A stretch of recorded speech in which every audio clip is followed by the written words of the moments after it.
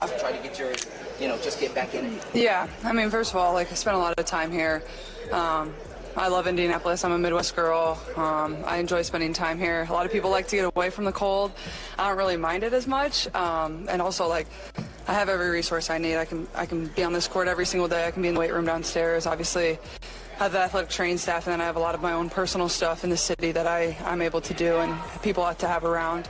And then the pickup part of it, I mean, honestly, shout out to those guys. A lot of those guys are like part-time workers for the Fever and put in a lot of time. They really feel like full-time employees, but they're paid as part-time employees. And, a lot of former college hoopers or some that have even played pro overseas that are back and are looking for a run. Pay attention to what she just said there. Caitlin Clark spent her entire offseason in Indianapolis. Not back home in Iowa. Not training in some warm weather facility. Right here, grinding in the Fever practice facility through a Midwest winter. And there's a specific reason why that matters for what's coming this season. Most WNBA stars disappear after the season ends. They're overseas chasing bigger paychecks, or they're back home with family, or they're taking the mental break they've earned. But Clark made a different calculation. She stayed in Indianapolis, using every resource the Fever organization could provide, building relationships with the staff, and most importantly, getting her body ready for something she hasn't experienced in 2 years. A full WNBA season. Just tracking that when I was at USA, it gives me a really good gauge of, like, I'm not guessing, like, I'm understanding, like, what the data is telling me, acceleration-wise, and then I can kind of relate that to how my body's feeling and then go from day to day of, do I want my load to be heavier? Do I want it to be a little bit lighter? Do I want it moderate? And then you can kind of stack those days from there. So really more than anything, like, using data to kind of build my workouts and build my weeks, I think has been really helpful. Okay, when it comes to Kelsey, player like that who... Now this is where it gets interesting. She's talking about using data to build her comeback. Heart rate monitoring, acceleration tracking, comparing her current metrics to her rookie year, and the 5 games she played before the shoulder injury ended her second season. This isn't guesswork. She's literally measuring whether her body can handle WNBA intensity again. And notice what she mentioned. USA basketball data. That's from the Olympic training she did while rehabbing. She's been tracking this progression for months, stacking good days and backing off when the numbers tell her to. That level of precision in comeback preparation, that's not standard for a third-year player. That's the approach of someone who knows the entire league is watching, waiting to see if she can actually deliver after missing a full season. He's so selfless. Yeah. Doesn't ask for anything, but will give everything. What perspective have you gained being a teammate of hers? Yeah. Obviously try to win a championship. Yeah. I mean, obviously somebody that's been here, I think she's going into her 9th year with this franchise, and she's seen every bit of good, bad, not as good, whatever it's been, and she's given a lot of herself. And even last year, she's literally out there until her legs didn't work anymore, and I think that's like a great kind of sums up everything that she's given to this organization. But more than anything, like, everybody knows that she's a tremendous basketball player, but like she's really cool people and just very down to earth and selfless and fun to be around and really cares about people. And I think that speaks to like why she continues to sign back here is like she enjoys the people that are here, and she also feels loved and cared for, and people are here to serve her as well, but she does it in return too. So just really fortunate that she's back here. I know I've said this before, but she makes my job a lot easier when you have somebody in the backcourt like that. I mean, I don't think there's nobody better in the league for me to play with, so just really fortunate and lucky. And right there, that's the relationship that makes this whole thing work. Kelsey Mitchell going into her 9th year with the Fever. She's seen every version of this franchise, from the bottom-feeding years to last season's playoff push, and Clark just called her the best backcourt partner in the league. But look past the compliment to what she's really saying. Mitchell makes her job easier. Mitchell's been carrying this team on her back until her legs literally stopped working. And now Clark's coming back, theoretically healthy, ready to share that load. The question is whether the chemistry they showed in Clark's rookie year before the injury can pick up where it left off. Because here's what the data actually shows. In the 34 games they played together during Clark's rookie season, the Fever went 18-16. Not spectacular, but competitive. Then Clark went down with the shoulder injury 5 games into year 2, and the Fever finished 11-29. Mitchell averaged 19.4 points per game that season, trying to drag a depleted roster to respectability. It didn't work. So yes, Clark needs Mitchell.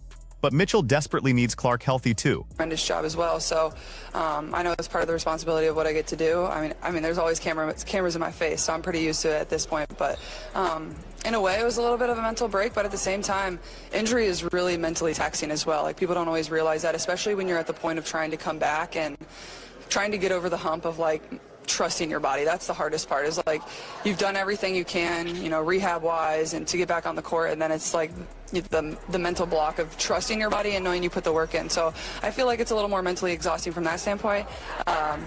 Not you guys though. Yeah. There it is, the mental tax of injury rehab. She's talking about the mental block of trusting your body again after a major injury. And this is coming from someone who had cameras in her face every single day during her rookie year, who handled the pressure of being the #1 pick, who thrived in that chaos. But she's saying the injury was more mentally exhausting than any of that. Shoulder injuries are particularly brutal for point guards. Your entire game runs through that joint. Every pass, every shot, every defensive contest. And Clark's not just any point guard. She's someone whose game is built on deep threes and cross-court passes that require full shoulder strength and confidence. So when she talks about getting over the mental hump of trusting her body, she's talking about the moment in practice when you go for that pass you used to make without thinking, and your brain screams at you to hold back. The Fever's entire season depends on her getting past that block, because a tentative Caitlin Clark, one who's thinking about her shoulder instead of just playing, isn't the player who can lead this team back to the playoffs. Yeah, well, I think that's going to be something, like that's what you have training camp for, and that's what you have the preseason games for, is to try different lineups and to try different people, and you know, to give the people that are fighting for roster spots a chance to go out there and compete and perform. Like, I'm not going to go out and play 30 minutes on Saturday. That's just not going to be the case. That's not what it's about. It's, you know, obviously I'm going to go out there and compete as hard as I can, but that's not what we need to do. And yeah, I think a little bit of off the ball stuff. Like, I think mostly on dead balls. Like, I'm the best. I think I'm the best transition player in the league. That's where I thrive. Everybody knows that's my game. So, you know, getting the ball off of rebound or in transition, like that's probably what I'm going to be the primary ball handler more than anything. And then, you know, getting off the ball a little bit and catching your breath. Like, it is exhausting bringing the ball up 94 feet versus pressure every single time. So we certainly need to find somebody that can handle the ball a little bit and, you know, give me a little bit of a break. And I think Raven and Ty and even other people through camp, Tori's done a great job. And, you know, Kels does it a little bit. And even I think our 4s and 5s can do that. You saw AB do that a lot last year when we were really in trouble injury-wise. So I think there's a lot of different things that can give us a lot of different looks and just makes us harder to guard more than anything. Caitlin, back here. Hello. When you look around, you saw Now this is a critical tactical shift. She's talking about playing off the ball more, letting other players handle primary ball handling duties on dead balls and in certain situations. And she's right about one thing. She is the best transition player in the league. Her rookie year numbers back that up. The Fever scored 1.24 points per possession in transition when Clark pushed the ball, compared to 0.98 when anyone else did. But here's what she's really saying. Bringing the ball up 94 feet against full court pressure every single possession is exhausting, and the Fever need to preserve her energy for the moments that actually matter. So they're going to use Erica Wheeler, Kelsey Mitchell, maybe even Lexi Hull in ball handling roles, to give Clark breathers. That's a smart adjustment. It's also an admission that she can't do everything anymore. Whether that's because of the shoulder, because of the physical demands of an WNBA season, or because the coaching staff learned something from watching her try to carry too much load before the injury, it represents a real change in how this team will operate. And notice who she mentioned. Raven Johnson, Temi Fagbenle, even the posts bringing the ball up occasionally. The Fever are building multiple ball handlers into their system. That makes them harder to guard, yes, but it also means they're planning for a scenario where Clark needs rest, or where she's being face guarded 94 feet from the basket, or where her shoulder isn't quite 100% on a given night. I mean, a lot. I'm just so thankful, and I think that was a great thing for me to like realize, especially when I was hurt. Like, and I wouldn't say that was something I worried about, but you know, obviously people love you for the product you put on the floor, and hopefully they love you for the person that you are too, and the way you continue to show up, the way you're a teammate, and the way you're a leader, and the way you love the fans.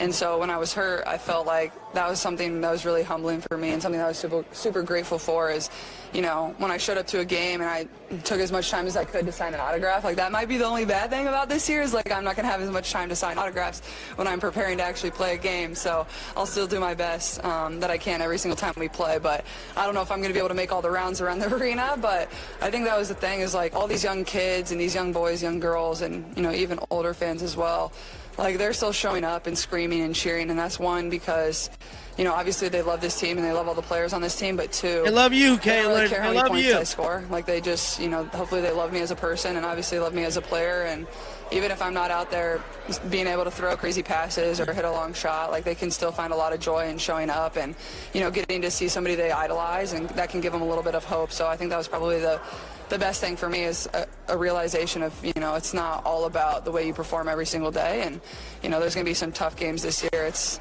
you know, unrealistic to expect myself to perform for 44 games. There's going to be some games where you just don't make shots, and just reminding myself of that. This moment right here reveals something most people missed about Clark's injury year. She showed up to every home game. She signed autographs. She spent time with fans even though she couldn't play. And what she discovered was that people still loved her, still showed up, still screamed for her even when she wasn't producing on the court. That's a profound realization for a 22-year-old whose entire identity has been built around performance. She's always been the best player on every team she's ever been on. She's always been the one carrying the load, delivering in big moments, justifying the hype with production. And then suddenly she couldn't play, and she found out that her value to fans went beyond the stat sheet. But here's the part that should worry Fever fans. She's saying there will be tough games this season. Games where shots don't fall. Games where she doesn't perform at the level everyone expects.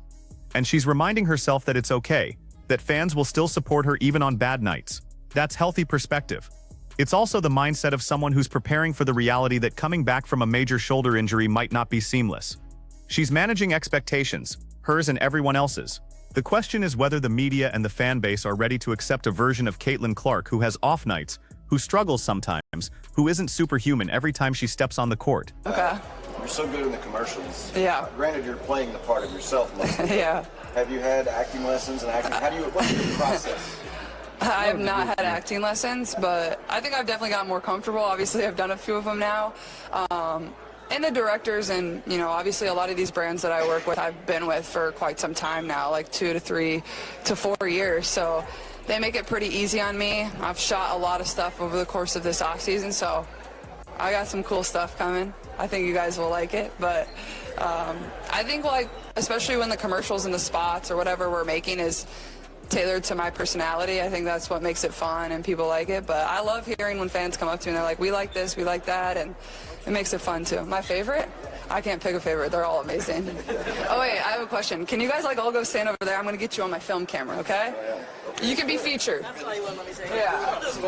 You guys always take photos of me, so go over there, act like you like each other. I know you're all, and you're gonna smile for me, okay? Look at Caitlin. No, Mike, this is from like 1990. It's not that good. I was wondering about that camera. It's digital. All right, if some of you don't make it, don't be mad at me. You don't want to squeeze in. They're not going to bite. It's nice to be in a state farm. Hold on, it's got a flash. Let me do one more. Yep. That light in the back's going to fuck me up. Thank you, guys. Caitlin Clark, everybody. Now, today is Media Day. We're going to have some more reactions coming out. Guys, And we end with Media Day, with Clark turning the tables and taking photos of the reporters with her film camera from the late 1990s. It's a humanizing moment, a reminder that she's got personality beyond the basketball savant persona. The commercials she's been doing have shown that side. State Farm, Nike, Gatorade, all tailored to her personality, all showing a player who's comfortable in front of the camera. But let's talk about what all of this actually means for the Fever's season. Because everything we just heard points to the same conclusion. Caitlin Clark is coming back, but she's coming back different. She's not the player who's going to handle the ball every possession. She's not the player who's going to ignore the mental and physical toll of the season. She's not the player who's going to pretend the shoulder injury never happened. She's someone who spent an entire offseason preparing methodically, using data to guide her comeback, building relationships with teammates and staff, and most importantly, adjusting her game to fit what her body can actually handle. The Fever went 13-27 last season without her. They missed the playoffs for the third straight year. The fan base that packed Gainbridge Fieldhouse during Clark's rookie year started to thin out when she went down. Attendance dropped 22% in the games she missed. The local media that had been covering every practice, every shoot-around, every offhand comment suddenly had less to write about. So the pressure on this comeback is immense. Not just from fans and media, but from the franchise itself. The Fever's entire business model has been built around Clark being healthy and dominant. Season ticket sales, sponsorship deals, local TV ratings, all of it depends on her being the player she was during that rookie season. And she's telling us in carefully chosen words that she might not be that exact player anymore. She'll be smarter, she'll be more strategic, she'll use her teammates better, she'll manage her body more carefully. But will she be the same explosive take-over-the-game force that made her the #1 pick? That's the question hanging over this entire season. And based on everything she said in this media day session, even she doesn't know the answer yet.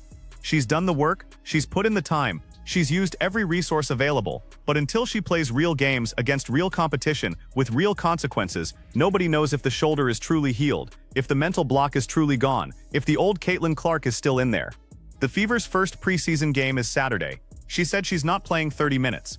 She's being cautious, smart, strategic. That's probably the right approach for a preseason game that doesn't matter. But at some point, the caution has to end.